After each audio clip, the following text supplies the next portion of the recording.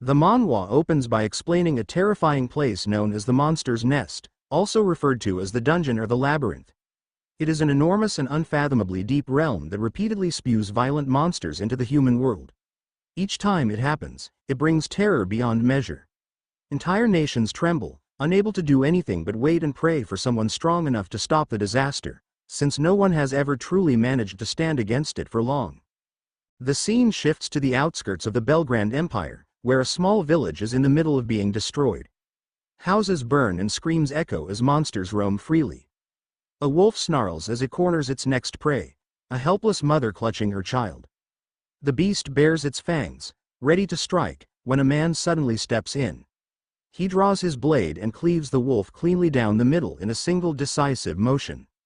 He asks the woman if she and her child are unharmed, and she confirms that they are. Relief washes over her face instantly. He tells her that she should leave the rest to them, explaining that he and his companions will handle the situation. He urges her to run as fast as she can, introducing himself as Ash, the leader of the 13th platoon of the Belgrande Imperial Knights. Ash immediately orders his unit to push forward and wipe out every monster they encounter as they charge through the ruined village. As he moves ahead, another wolf lunges at him from behind. He senses it just in time, turns sharply, switches his grip into a reverse hold, and drives his sword straight through the creature's throat. A flying monster notices the opening and swoops down to attack. Ash leaps aside to evade it, skidding across the ground before regaining his balance. Scanning his surroundings, he notices a pitchfork lying nearby. He grabs it, channels aura into it, and hurls it with overwhelming force. The weapon flies too fast for the creature to react and pins it to a wall in a single blow. Seeing how much strength he is forced to use, Ash realizes that his comrades must be facing similar pressure. The scene cuts to two members of his unit surrounded by an overwhelming horde.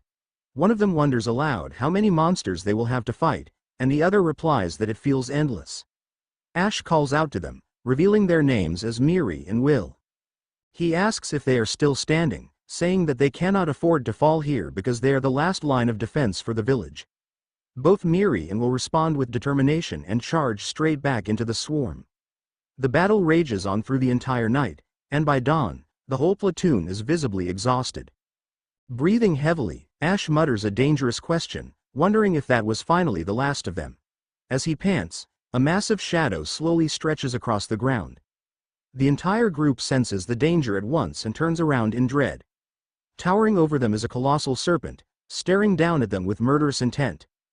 Ash remarks that it seems a real monster decided to appear only at the very end. The serpent opens its massive jaws, flames gathering inside its mouth, before unleashing a devastating beam straight toward Ash. He narrowly avoids it by leaping backward, only to realize that this was exactly what the creature wanted. The serpent rushes forward, leaving him no room to escape, and slams him against a wall. Ash manages to block its crushing attack with his sword, barely holding on. One of his companions shouts his name and draws her bow, quickly lining up a shot. She releases an arrow that flies straight into the side of the serpent's head, piercing directly through its eye. The beast recoils, dropping Ash as it lets out a piercing scream of pain. Ash acknowledges that she saved his life, and her name is revealed to be Elka. Knowing he cannot waste this opening, Ash leaps high into the air, raises his sword, and lets out a roar as he brings the blade down with all his strength. The strike splits the serpent cleanly in two. He lands behind the fallen monster and calmly wipes the blood from his sword. The villagers watch in stunned silence, unsure if it is truly over. Moments later, cheers erupt as they realize they have been saved. The monster outbreak in the Empire is successfully suppressed thanks to the efforts of the 13th platoon, with particular praise directed at its leader. Ash's accomplishments are described as extraordinary. He personally defeated more than 200 monsters during the incident. His overwhelming combat power earns him the infamous nickname Ash the Slaughterer. Sometime later, within the imperial castle, the king formally rewards him by granting him the status of a quasi-noble for his achievements. Ash expresses his gratitude and walks away proudly, displaying his newly earned badge. Ulka comments that the promotion is impressive, though she says she expected nothing less from him. Will adds that it is an unbelievable rise in rank. Miri then asks whether this means Ash is officially a noble now. Ash confirms that it does, but he also reveals another piece of news. He explains that he is getting engaged. Ulka freezes in shock and begins to cry, insisting that he has to refuse. Ash responds that she should not ask him to do something impossible. He explains that his fiancée is Lady Raffia, the second daughter of the distinguished Reagan family. As a newly appointed quasi-noble, there is no realistic way for him to reject such a match. He admits that many things happened very quickly and that he was confused at first, but he convinced himself that everything would turn out fine. At the time, it felt like his life was finally heading in a perfect direction. However, his expectations are shattered. 3 years later, Ash is shown asking Raffia to repeat what she just said. She coldly informs him that the engagement has been annulled, leaving him completely stunned. He asks her to wait and explain what she means, desperately wondering if he did something wrong. He points out that he changed his clothes and even his tastes to suit her preferences. He quit drinking and smoking and constantly showered her with gifts. Raffia responds that she has simply grown tired of him, saying that dealing with a savage commoner is exhausting. She adds that she has met someone from a count's family who already gives her far more expensive presents. Ash asks if she truly plans to end the engagement for such a shallow reason, declaring that he cannot accept it because he genuinely loves her. She reacts with disgust, accusing him of only wanting to marry into her family for status. Ash denies this, stating that he never suggested such a thing and that her father was the one who pushed for the marriage in the first place. She snaps back, warning him to mind his words and not insult her father. Ash insists that he said nothing insulting. Raffia strikes her fan against her hand and declares that she is done speaking with a commoner. She orders her men to throw him out. They seize Ash and begin dragging him away as he pleads for her to listen. She coldly states that she never wants to see his face again and slams the door shut. Walking alone through the streets, Ash reflects that it makes no sense for her family to annul the engagement so publicly. The situation feels wrong. Suddenly, several men approach him and inform him that his superior is summoning him to the Night Order station. There, the commander of the Imperial Knights, Mike, informs Ash that he is being expelled from the Order. Ash is stunned and asks what crime he committed. Mike replies that Ash has become an eyesore to both his career and his love life. At that moment, Ash realizes that Mike is the man Raffia has been seeing behind his back. He recalls that he never liked Mike to begin with. Mike was nothing more than a rich noble who earned his position through family connections. Ash suspects that Mike fears Ash might surpass him and earn further promotions. Mike questions the look on Ash's face and admits that he always despised him. In his view, a commoner should never stand on equal footing with a noble. He even belittles the monster subjugation, claiming it was nothing special. Ash grows furious at the way he mocks both him and his comrades and grabs Mike by the collar, demanding that he repeat himself. Mike calmly warns that this behavior counts as defiance. He adds that if he, the son of a count, chooses to act, Ash's friends will not be allowed to remain in the unit either. Realizing the truth of those words, Ash releases him. Mike smugly says that Ash should understand the difference in their status now. Mike declares that Ash only knows how to kill monsters, and that he will teach him what truly matters for a knight. He tears the badge from Ash's chest and crushes it under his boot, sneering that Ash lacks elegance, something a commoner could never comprehend. Finally, he orders Ash to pack his belongings and leave by the end of the day. As Ash walks through the hallway, his mind is weighed down by everything that has happened. Around him, people whisper among themselves, muttering that one should never judge a book by its cover. He wonders what kind of rumor they could be referring to. Reaching a door, he knocks and steps inside, stating that he has come to return his equipment. The man inside laughs loudly and says that the knight rumored to have quit has finally shown up. Ash asks what he is talking about, clearly confused. The man replies that everyone already knows the story. According to the rumor, Ash was dumped because he forced his fiancée into some kind of bizarre sexual play. Ash demands to know where something so absurd even started. The man explains that the story claims Ash forced the beautiful Lady Raffia into baby play, which disgusted her so much that she fled to Mike for help. Supposedly, Mike became furious and fired Ash on the spot. Hearing this, Ash can only cringe, wondering if this is truly how people see him now. None of it is even remotely true. Ash storms outside and slams his fist into a wall, questioning why Mike would go so far as to destroy his reputation. He reflects that he worked tirelessly for years, only to lose everything in an instant. Ulka suddenly calls out to him and runs over, asking if the rumor is true that he is quitting the order. She is the only noble in his unit. While everyone calls her Ulka, her real name is Ulrika. Ash tells her that he is not quitting at all, but that he was fired. She asks why that would happen and says that she still has so much left to learn from him. Ash looks genuinely touched and tells her that she is also something of a mascot for the unit. He recalls how she cried constantly when she first joined, but admits that she has grown tremendously since then. Ulka then says that she has heard the baby play rumors as well and boldly adds that if he were truly into something like that, she would not mind either. Ash snaps back, asking what is wrong with her, and firmly states that the rumors are complete fabrications. Ulka responds that if those stories are lies, then there is no reason for him to leave. She asks what will happen to the Janus unit if he is gone. This triggers a flashback to 3 years earlier. Miri is shown clearly irritated, pointing out that despite everyone fighting with everything they had, only Ash received a medal while the rest of them were ignored. Will comments that the Empire does not take dungeon crises seriously at all, treating them as nothing more than pest control. Ash responds that even so, they protected the village, and the villagers thanked them sincerely. He says that this is something they should be proud of. Even if the nobles fail to understand their efforts, it is a memory they will carry with them forever. He then suggests that to commemorate their battle, they should give their unit a proper name. The group agrees, and Ash asks Will if he has any ideas. Will thinks for a moment and proposes the name Janus, an ancient god with 2 faces, one looking to the future and the other to the past. Miri laughs and remarks that it is exactly what she would expect from their resident brainiac. Ulka agrees as well, saying that the name fits them perfectly since they fight both monsters and humans alike. Ash declares that it is settled, announcing that from that day forward, they will be known as the Janus unit. Returning to the present, Ash tells Ulka that even if they are separated, he will always be a member of the unit, no matter where he goes. She asks what he plans to do next, and he answers that he is sick of the Empire's nobles and will likely leave the country altogether. Ulka grabs his arm and insists that she will go with him. Ash refuses, explaining that she is still a noble and must remain behind to protect the unit. She says that she understands, but then boldly adds that she wants him to ride her once he has settled down somewhere. Ash promises her that he will. As he walks away, she shouts after him, warning him not to forget that promise, before her thoughts drift in a rather inappropriate direction as she watches him leave.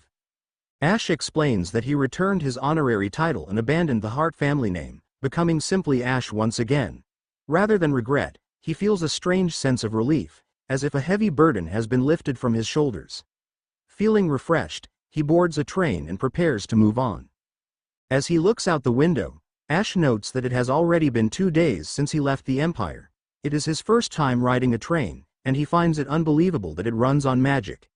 The speed is incomparable to that of a carriage. An older man approaches and politely asks if he may have a moment. Ash asks who he is, and the man explains that he found a flyer and wondered if it belonged to him. Ash confirms that it does and thanks him. The man then asks if this is Ash's first time visiting the kingdom. Ash asks how he could tell, and the man replies that Ash's curious gaze at the scenery gave him away, adding that he clearly is not from the Rosebell Kingdom. Ash explains that in the Empire, only the wealthy are allowed to ride magic trains. The man responds that in the kingdom, such trains are simply a normal means of transportation. Ash says that is incredible, and the man proudly states that the kingdom leads the world in magical technology. The Rosebell Kingdom has always lived under the constant threat of dungeons and monsters, and magic is the only force capable of opposing them. From conjuring fire and water to performing miraculous healing arts, all of it is the result of magical research. This technology, known as Magitech, uses materials harvested from defeated monsters. Thanks to Magitech, life in the kingdom has become vastly more prosperous, earning it worldwide recognition as a great Magitech nation. Ash remarks that compared to this, the Empire, which neglects its dungeons, truly feels like a backwater country. An announcement then plays on the train, stating that they will soon arrive at the western second dungeon city of the kingdom. The old man notes that it seems they have arrived. As the announcer reminds passengers to take their belongings, Ash follows the old man off the train, as they are headed in the same direction. Another man calls out to the older gentleman, and a carriage can be seen waiting nearby. Ash thanks him for teaching him so much. The man brushes it off and welcomes Ash to the kingdom, saying he hopes he enjoys his stay. Ash agrees and thanks him once again. Walking through the city, Ash notes that this is the kingdom's second dungeon city. He is amazed by the sight, surrounded by merchants in every direction. As he continues forward, he notices a woman running behind him. He wonders what is going on just as she bumps into his arm. Several men chase after her, shouting and asking how far she thinks she can run in this city. She eventually reaches a dead end, and they laugh, saying she has nowhere left to escape. She begs them to stop, and one man begins to say that if she just behaves, but before he can finish, Ash grabs his shoulder and calmly remarks that they are being far too rough, especially in public. The man angrily demands to know who Ash thinks he is for interfering. Ash replies that anyone can see she is clearly distressed and that they should leave her alone. The man draws back his fist, tells Ash to shut up, and swings. Ash easily sidesteps the punch and drives a blow straight into the man's stomach, making him vomit and collapse to the ground. The remaining two men rush at Ash, swinging wildly, but they fail to land a single hit. Ash observes that while he initially thought they were just drunk, their movements suggest they are used to fighting, which makes sense for a dungeon city. He kicks one man square in the chest, sending him flying. The bald man turns too late and takes a punch directly to the face, crashing to the ground as well, while Ash restrains his wrist. The first man, now furious, grabs his sword and declares that he will not forgive this. Ash sighs and asks if he truly intends to draw a weapon in the middle of the city. The man lunges at him anyway. A loud voice suddenly shouts for them to stop, declaring that this situation will not be ignored. The newcomer states that there is no way an amateur could defeat a knight, especially not one of the Empire's finest, Ash the Heartslayer. Ash reacts with surprise and excitement upon seeing him. The man introduces himself as Baruah of the Kingdom Knights. In the past, during exchange matches between the Imperial Knights and the Kingdom Knights, Bael and Ash fought many times, with their victories and defeats evenly matched. In other words, they are perfect rivals. The scene shifts to the two of them drinking together at a nearby tavern. Bael explains that he rushed over after hearing reports of a disturbance and never expected to run into an old friend. Ash says that it has been about a year since their last match. Bael then asks why Ash came to the kingdom. Ash says that he was just about to explain that. While smoking a cigarette, Ash explains that this is why he quit the Knights and came here. Bael comments that it is unfortunate, admitting that it angers him, but then suggests that Ash should start a new life in the kingdom instead. Ash is surprised when Bael offers him a position as a dungeon hunter. Ash asks what that entails, and Bael explains that dungeon hunters enter dungeons, hunt monsters, extract the magic stones from their bodies, and sell them to the association. With Ash's skill, he could easily earn a comfortable living. Bael adds that he would personally be glad to have a capable former knight like Ash become a hunter. Suddenly, a man bursts into the tavern, shouting that there is an emergency. He announces that a monster outbreak has occurred in a dungeon. Ash asks if he means a monster overflow. The man confirms that the Knight Order has issued an emergency request to the Hunter Association, but they are unsure how many people they can gather. Bael thinks for a moment and then tells Ash that this is the perfect chance for them to fight together again. It is explained that an overflow is a phenomenon where monsters go berserk, escaping the dungeon and attacking any human or object in sight. They decide to head into the dungeon to stop it before civilians are harmed. Ash agrees to join, and Bael says he is glad to be able to fight alongside him. Ash replies that he will do his best not to slow him down. At the Hunter Association, Bael explains that they need to stop there first. The first floor is filled with shouting and confusion. The soldier from earlier informs the receptionist, May, that he has brought Captain Bael. People around them demand to know what the plan is and whether they are going in, asking if there are any orders from the knights. Ash remarks that the place is complete chaos. Bael responds that this only shows how serious the situation is and asks May for the details. She says she has been waiting for him and reports that there has been an abnormal outbreak of blue apes on the 10th basement floor, numbering around 300. Bael says that there is no doubt about it and confirms that this is an overflow in progress. May then asks who the man with him is. Bael introduces him as Ash and says he will be joining the defense line. May questions whether it is wise to bring a friend along, asking if he is a hunter or a knight. Nearby adventurers begin whispering, asking if he has any experience or if he is a knight from another city. Bale says there is no reason to worry, stating that he personally guarantees Ash's abilities. He adds that there is no time to waste and that they need to hurry to the dungeon immediately. The two of them head toward the first dungeon entrance, where Bale explains that he will lend Ash proper weapons and armor. Ash says that he is grateful, explaining that he normally prefers light armor. As for a weapon, he mentions that a longsword would be ideal, though he adds that he can manage with almost anything. Bale responds that, in that case, there is something specific he should use. He presents a magic sword and asks if Ash recognizes it. Ash replies that it is his first time seeing such a weapon and asks how it differs from an ordinary blade. Bale explains that the sword uses a special technology known as high-tech arms. He describes it as a fusion between a magical tool and a conventional weapon, enhanced with built-in functions. Bale instructs Ash to insert a magic stone into the slot embedded in the guard. Ash says that he will try it and carefully fits the stone into place, asking if he has done